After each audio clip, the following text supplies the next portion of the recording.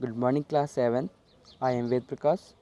कल हमने अपना चैप्टर स्टार्ट किया था न्यूट्रिशन इन प्लांट्स, चैप्टर 1 है जो कि, और कुछ चीज़ें आपको मैंने बताई थी जैसे न्यूट्रिशन क्या होता है, ऑटोट्रॉपिक हेटरोट्रॉपिक क्या होता है, प्लांट अपना खाना कैसे बनाते हैं फोटोसिंथेसिस के द्वारा।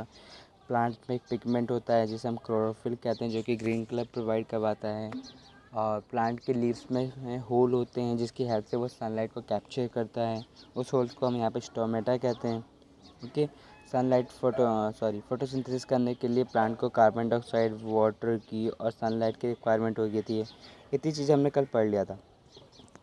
अब एक छोटी सी बात करते हैं कि फोटोसिंथेसिस में होता क्या है। Okay,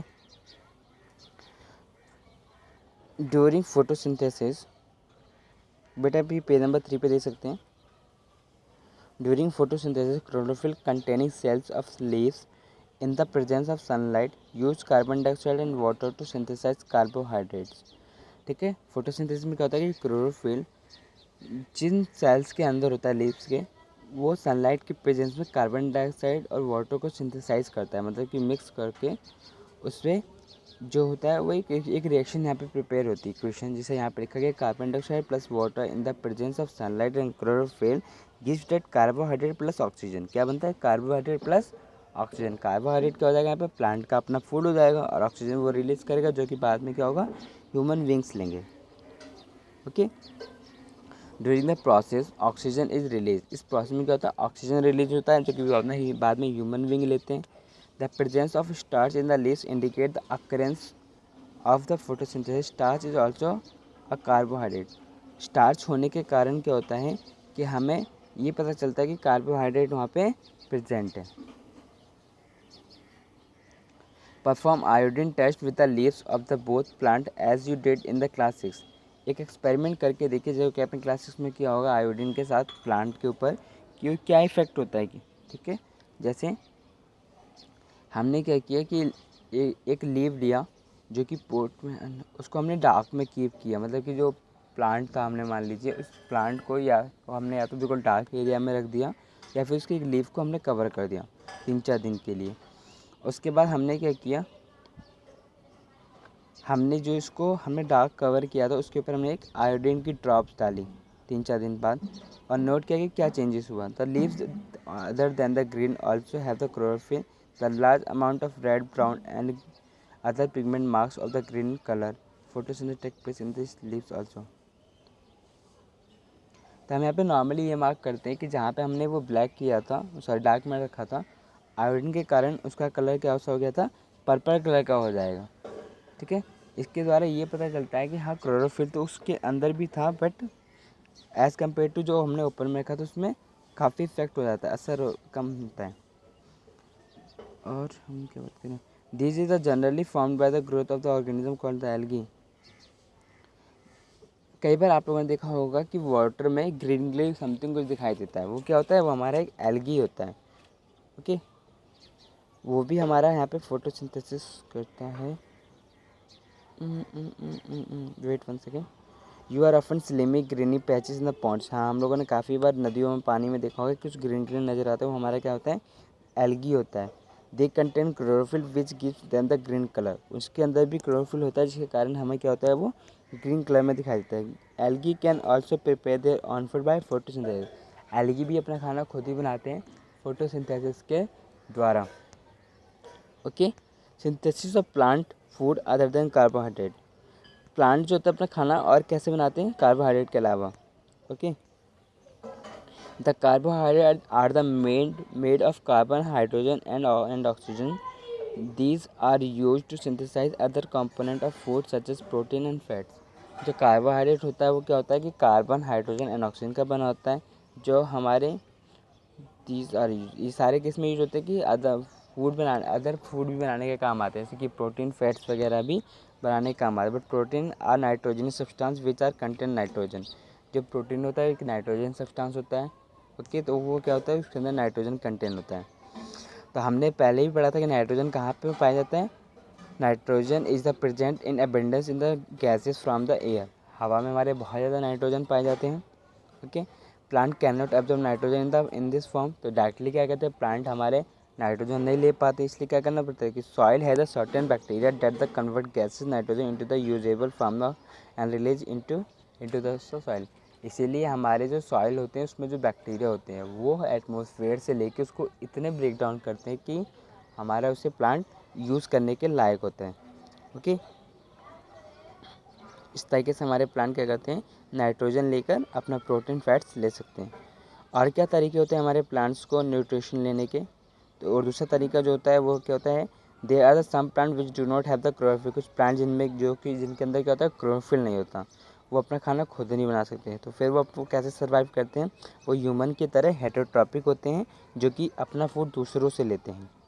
okay, these plants are called cactus. ये कौन से प्लांट होते हैं, कस्कुटा, जिसे हम अमरवेल कहते हैं। अमरवेल देखा कई सारे प्लांट्स के ऊपर वो एक लंबी लंबी सी थ्रेड लाइक स्ट्रक्चर होता है, जिसे आप कितना भी तोड़ो मरोड़ो या मारने की कोशिश करो या डिस्ट्रॉय करने की कोशिश करो, वो बाद में फिर से खुद भी जिंदा हो जाता है।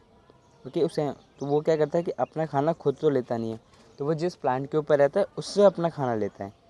ओके, जैसे कि इस प्लांट इसके ऊपर देखिए, इस पिक्चर में 1.5 फिगर में जो ऊपर ये थ्रेड लाइक स्ट्रक्चर दिखाई दे रहा है, बहुत सारा गुच्छा बन गया जैसे मकड़ी का जाल, स्पाइडर, उस तरीके से। ठीक है, तो यहाँ पे जो ये कसकटा है ये किस तरह काम कर रहा है, यहाँ पे पैरासाइट के तरह काम कर रहा है, कि मतलब उसके ऊपर रह के उसी को खा रहा है। ओके, नेक्स्ट बात करते हैं। The insect is digest by the digestive juice secret in the पेट pitcher and its nutrition are absorbed. Such insect eating plant are called insectivorous plants.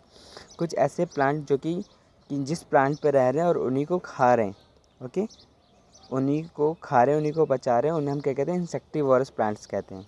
जैसे कि आप एग्जांपल देख सकते हैं कि पिक्चर प्लांट है, ये जहाँ रहता है ये आसपास की जो भी चीज़ें होती है उन्हीं को खा जाता है। जैसे इसके ऊपर जैसे ही कोई चीज़ आएगी वह उसी को खा जाएगा, वो कुछ भी चीज़ें हो। नेक्स्ट बेटा स्पैरोफाइटा, आपके भी 2 टॉपिक रह गए। मेनली हमारे पास एक लाइकेन, सिम्बियोसिस एंड स्पैरोफाइटा। चलिए हम इसे फिनिश करने की कोशिश करते हैं। स्पैरोफाइटा क्या होते हैं, you might have the seen packet of the mushroom sold in the vegetable market. ठीक है, हम लोगों ने मशरूम देखा है, खाया है। तो you have made also seen फुलफुली umbrella like the patches growth is most soil. ठीक है, हम लोगों ने कई बार मशरूम को ग्रोथ करते हुए भी देखा होगा। कई बार मशरूम कई बार हमने मशरूम जो तो अपने जो पुराने लकड़ी या कहीं पड़ी हुई आप देखेंगे तो उसके ऊपर भी ग्रो कर जाता है, उसको मॉइस्चर मिलता है। ठीक है, तो ये सारा किसका एग्जांपल है, स्पैरोफाइटा का। और एक चीज़ कई बार आपने दूसरी चीज़ फंगी देखा है, सिर्फ फंजाई भी कहते हैं। फंगी क्या होती है, जब आपके ब्रेड बहुत दिन पुराने हो जाते हैं, फिर अचार पुराने हो जाते हैं, वाइट वाइट जो लग जाती है उसे हम फंगी कहते हैं। ओके, ये क्यों लगता है कि they have the different mode of nutrition, they observe the nutrition from the bread से न्यूट्रिशन लेते हैं। This mode of nutrition in with the organism takes in nutrition from the dead and decay matter is called the sporophytic nutrition. जब यही fungi किसी dead animal से लेते हैं तो उसे हम क्या कहते हैं, स्पैरोट्रॉफिक न्यूट्रिशन कहते हैं। Okay, such organism without the saprophytic mode of nutrition are called saprotrophs. जब ऑर्गेनिज्म क्या कहते हैं, स्पोरोफाइटिक मोड से नहीं लेते हैं अपना न्यूट्रिशन, तो हम कहते हैं स्पैरोट्रॉप्स। स्पैरोट्रॉप्स कब होते हैं कि जब वो डेड एनिमल से नहीं लेते हैं, जब डेड से लेते हैं तो उसे क्या कहते हैं, स्पैरोट्रॉफिक न्यूट्रिशंस। ओके, फंगी कहाँ कहाँ ग्रो करते हैं, हमारे पिकल्स पे, अचार पे, लेदर्स पे, क्लॉथ्स पे और कुछ हॉट ह्यूमिडिटी वाले एरिया में। ओके, नेक्स्ट एक छोटे से बात करते हैं सिम्बायोसिस। सिम्बायोसिस क्या होता है, some organism live together and share both shelter and nutrition.